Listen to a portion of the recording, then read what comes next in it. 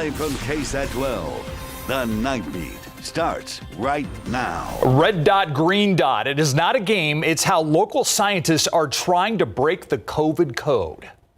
In pain and asking for justice, a man who was trying to help was hit by a car fleeing a shooting scene. So the question is, can you help him find the driver?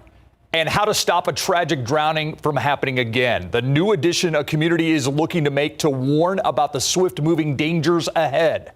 But first, we're going to begin with breaking news tonight. A large response to an apartment fire. This is on McCarty near Blanco on the city's north side. Okay, so we know that firefighters say that when they responded, they saw fire coming from some of the windows in one of the units there. The good news is that none of the residents were injured. We haven't gotten any of those reports just yet. Now, the cause of the fire, of course, is still too soon to tell. That's under investigation. It's still unclear. We do know, however, that one unit was heavily damaged, and there was also some damage in nearby units.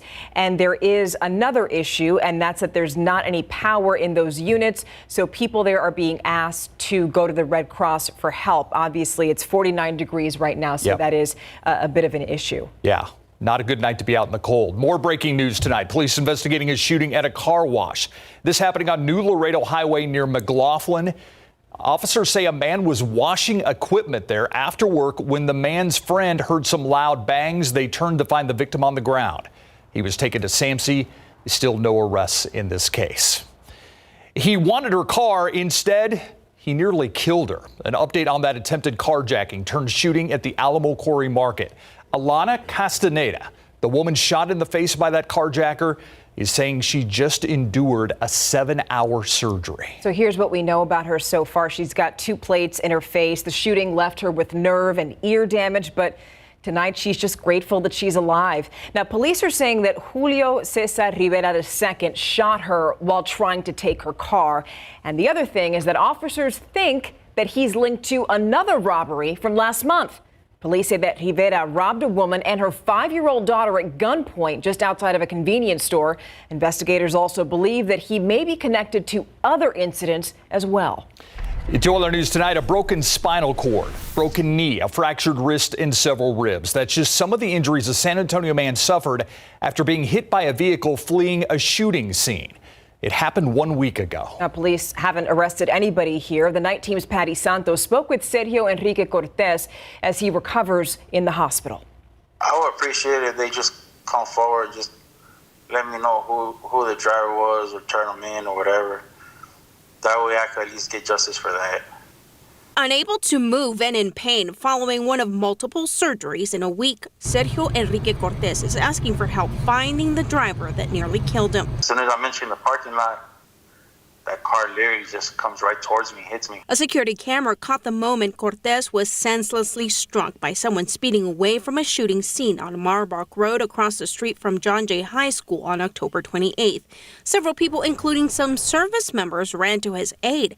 Cortez, who works nearby, was trying to be a good Samaritan. And that day we hear gunshots back to back. And then we see this kid hit the floor, he starts screaming for help. And seconds later, was trying to protect himself from further harm while lying in the middle of the road. As soon as I hit the floor, I tried crawling to the sidewalk to get out of traffic because there's a lot of traffic out at those hours. That shooting involved 2 separate crowds opening fire at one another before 1 p.m. San Antonio police are asking for the public's help identifying the car and the driver. It was a Chevy 4-door black, either a Malibu or an Impala.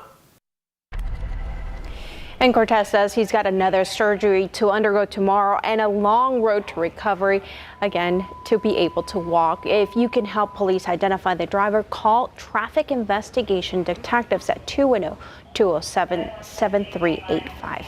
Patty Santos, KSAT 12 News. All right, Patty, thank you. Now, relief is what a lot of parents are feeling tonight after getting their young kids vaccinated. So you're looking at footage here from the University Health Clinic at the Wonderland of the Americas. That's where more than 1,000 5 to 11-year-old kids received their first COVID vaccines today. The CDC finally greenlit a lower dose version of the Pfizer shot for younger kids earlier this week. And parents are saying, yeah, this is like an early holiday gift. We know that Christmas time and those holidays, that you know, they do have that extra layer, and that they can actually interact with family members and start to kind of assimilate back in with their friends and families. It's been proven in the adults, and so it's a lower dose for kids, so it's the same minimal side effects for them, so it is a lot lower dose. So University Health says it's going to keep the clinic at the Wonderland of the Americas open as long as the demand remains high. But here's the thing, before you go, you have to schedule an appointment online. Now, despite that crowd that you just saw there, all that commotion, a lot of people are still nervous about getting the vaccine. We know that 64% of our population is fully vaccinated. Yeah, tonight on the Nightbeat, we are looking at the disparities between our city's zip codes when it comes to vaccinations. The Night Team's Lee Waldman is live in the studio tonight. Lee, doctors say the numbers don't tell the whole story here, though. That's exactly right. They don't. Metro Health's vaccination by zip code map can paint a bleak picture. Some zip codes, I want to show you 78108 right here. They have a fully vaccinated rate of just 8.25%.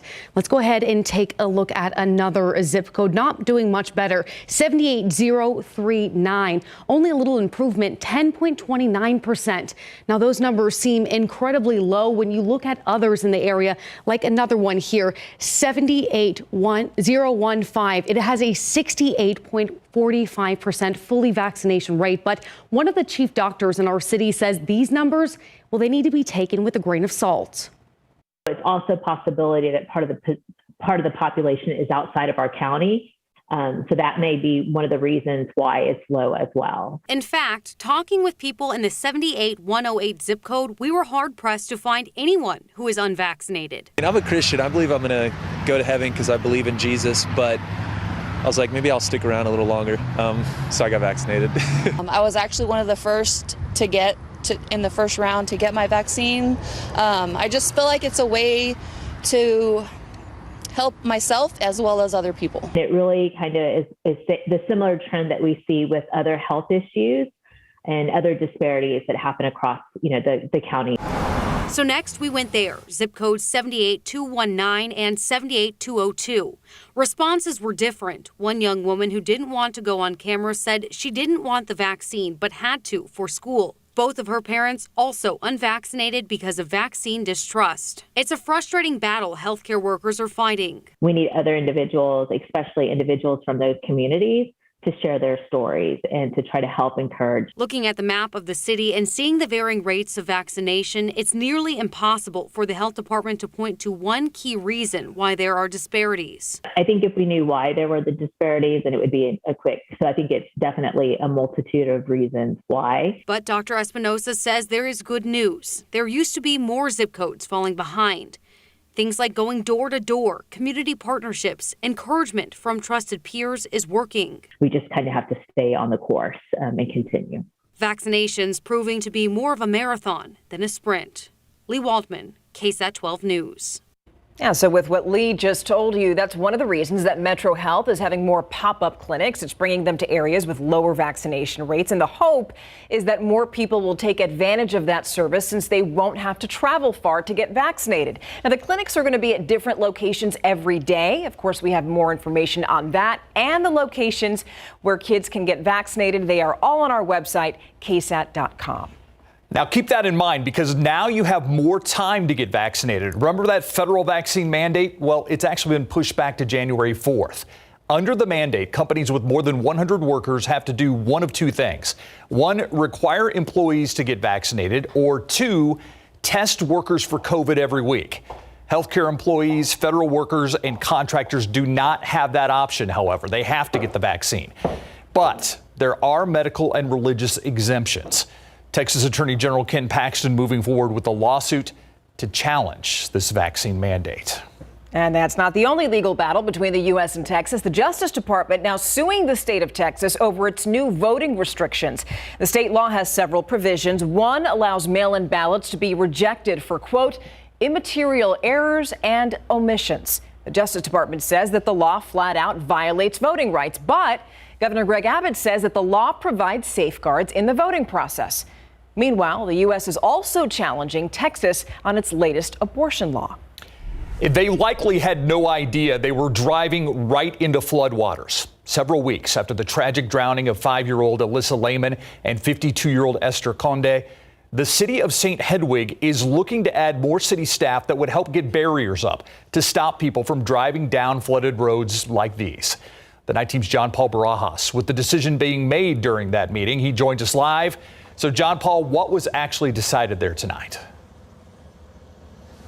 Steve, the St. Hedwig City Council gave the green light to hire a supervisor maintenance employee. It's a brand new position for the city. It's a full-time position, and they hope it adds much needed manpower because the mayor here, Mayor Dee Grimm, says prior to tonight's event and meeting, they only had 2 part-time city maintenance employees. The new hire is set to start this upcoming week, and this is a position that they've been trying to fill for the last 6 weeks at least. They also want to add more city employees in the near future to try and prevent tragedies like that of October 14th when 2 cars drove into a flooded road where they were swept away, leading to the deaths of 5-year-old Alyssa Lehman and 52-year-old Esther Conde.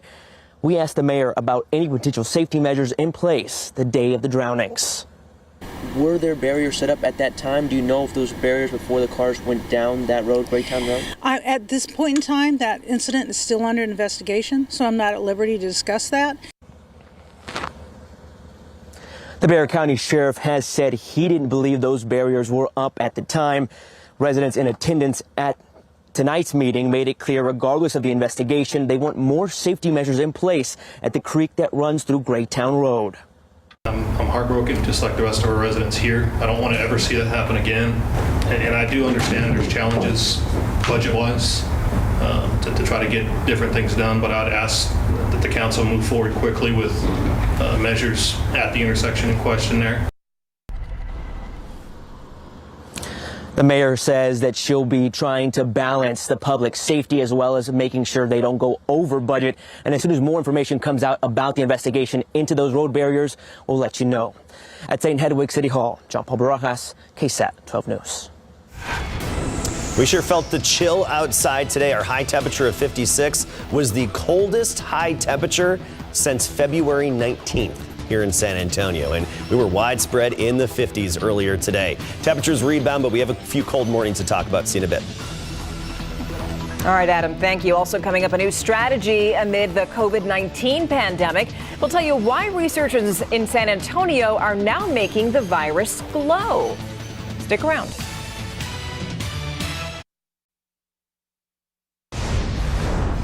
New tonight, a team of scientists right here in San Antonio are doing such important work with COVID-19 that hundreds of teams around the world want to use their research. Really cool stuff. The Night Team's Courtney Friedman explains how making viruses glow in the dark could actually speed up the process of making new COVID-19 drugs and vaccines. Check it out. This gray cluster of cells under a microscope contains the SARS-CoV-2 virus, the one that causes COVID-19. But it takes researchers a long time to figure out which of these cells are infected. Now, look at this. Each bright green dot is the virus.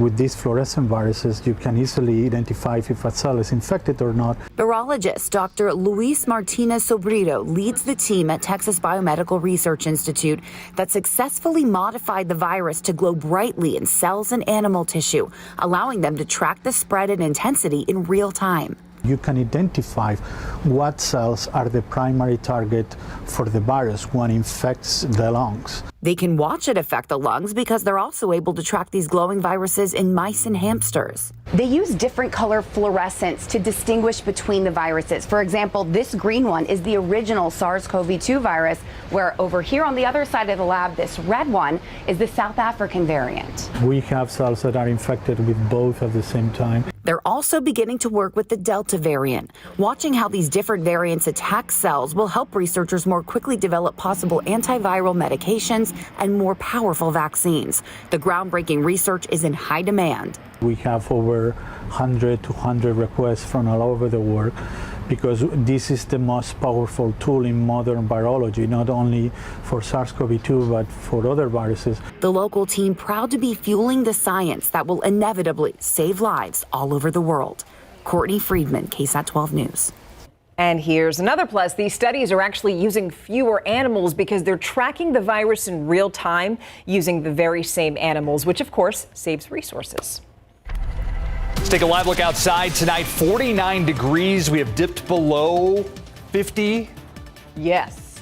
And that's kind of like a dividing line for me. Well, it's below 50, then I'm like, all right, maybe I better think about a jacket. Well, and Steph, where he's getting here too is at 10 o'clock when we've already done that, you know, we're doing the night beat. That's an indicator for us typically that it's going to be a cool morning.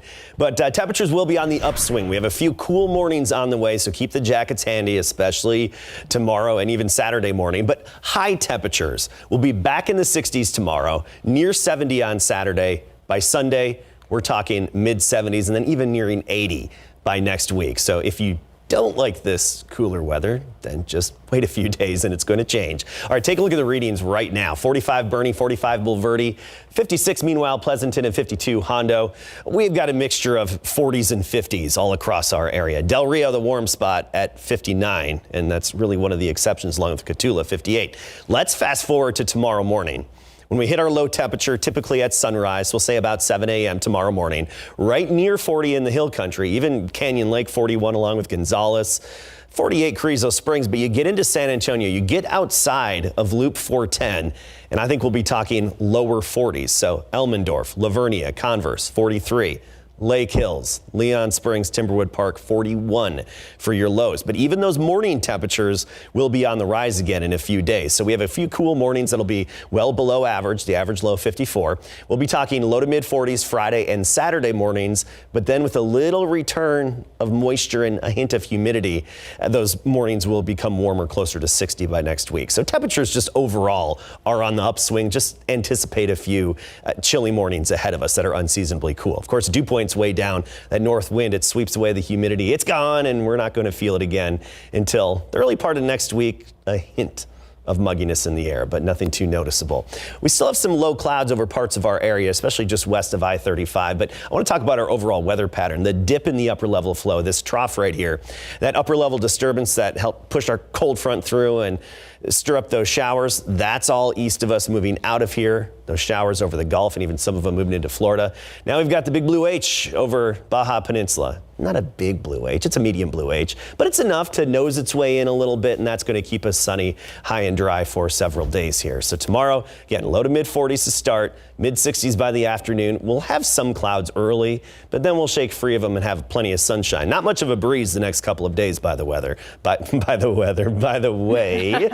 I got my mind, I just can't take it off it. Yeah. By the way. And then near 80 next week. No good rain chances, though. Sun back tomorrow. Yep. All right. Thanks, All right. Adam. Good stuff. So you know what we're keeping our eyes on right now? High school football, the playoffs? Yeah, because this is the last weekend of the regular season. It's still playoff implication, district championships on the line, and that starts tonight with Thursday night football. When we come back, who's in, who's out, and is there trouble at Texas? Coming up.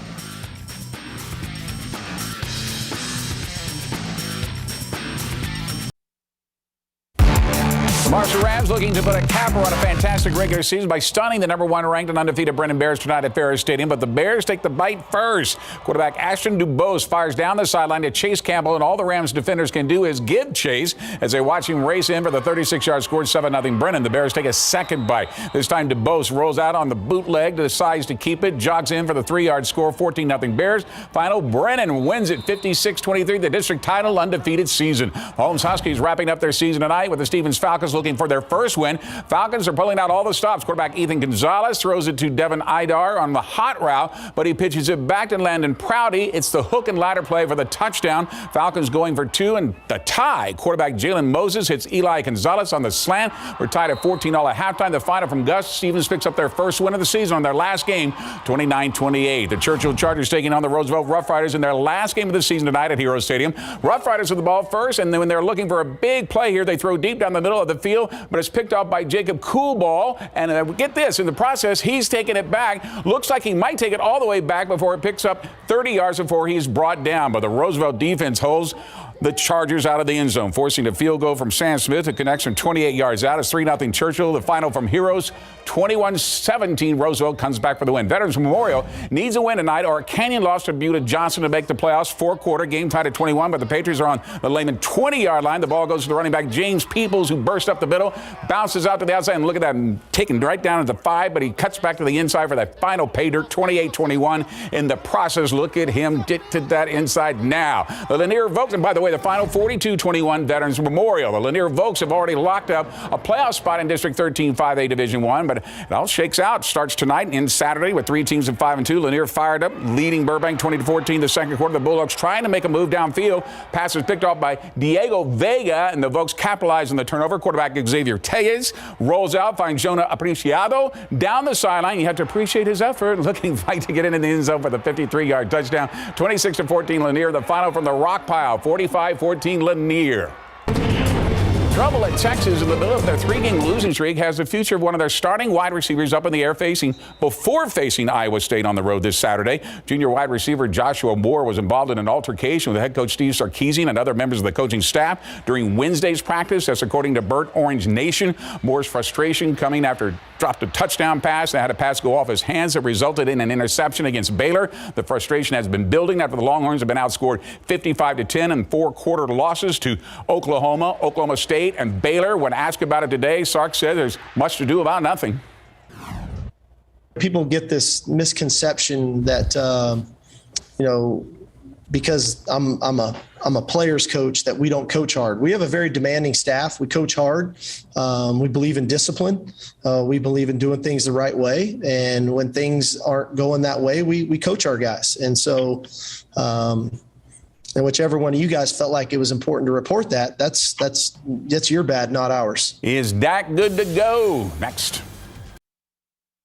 Pro football coverage, powered by Davis Law Firm. Good news, Cowboy fans. Dak Prescott participated in his first full practice today since he strained his right calf at the final play of the Cowboys' overtime victory against the Patriots 2 weeks ago. Cooper Rush was pressed into action last week at his first NFL start. As a result, threw 2 second-half touchdowns in the Cowboys' 20-16 victory over the Vikings in Minnesota for their 6th straight win to improve to 6-1. Now, barring a setback, it appears Prescott will be good to go against the Broncos this Sunday in AT&T Stadium, especially if you ask Dak. I want to play in the game. I want to play in every game. It's a blessing to do this, and every opportunity that we get to go out there, you don't get many of them. You want to take advantage of it. Yeah, I'm feeling good. Obviously, I had 2 weeks to do a lot of rehab and recover, get everything that I needed to, the different modalities, and I feel good. Had two great days of practice, and looking forward to Sunday. All right, but one big concern now is the health of wide receiver CeeDee Lamb, who did not practice today after injuring his ankle in practice yesterday. Kickoff Sunday is at noon in Arlington. Tyrod Taylor is back at the starting quarterback for the Houston Texans. He hasn't been able to play since injuring his hamstring in the second week of the season. Since that time, the Texans have now lost 7 games in a row with a rookie, Davis Mills, at the starting quarterback. So how does it feel to be back? Obviously, being back on the field, doing something that I love to do, something I've been doing since 5 years old. Obviously, that's a wonderful feeling. Just to be able to compete and be back around the guys, stepping back into the huddle last week and even more this week has just been a feeling that you can't necessarily describe, but definitely I'm happy to be back. All right, yes, we will see how it turns out. The Texans travel to Miami to take on the Dolphins, who are also 1-7 this season. Kickoff is at noon. Remember, that was a team that was kind of tinkering with the idea of maybe trading for Deshaun Watson. At the last segment, we'll pass. Yeah, for many reasons. Many reasons. Yeah, thanks, Greg. You got it. We'll be right back after this.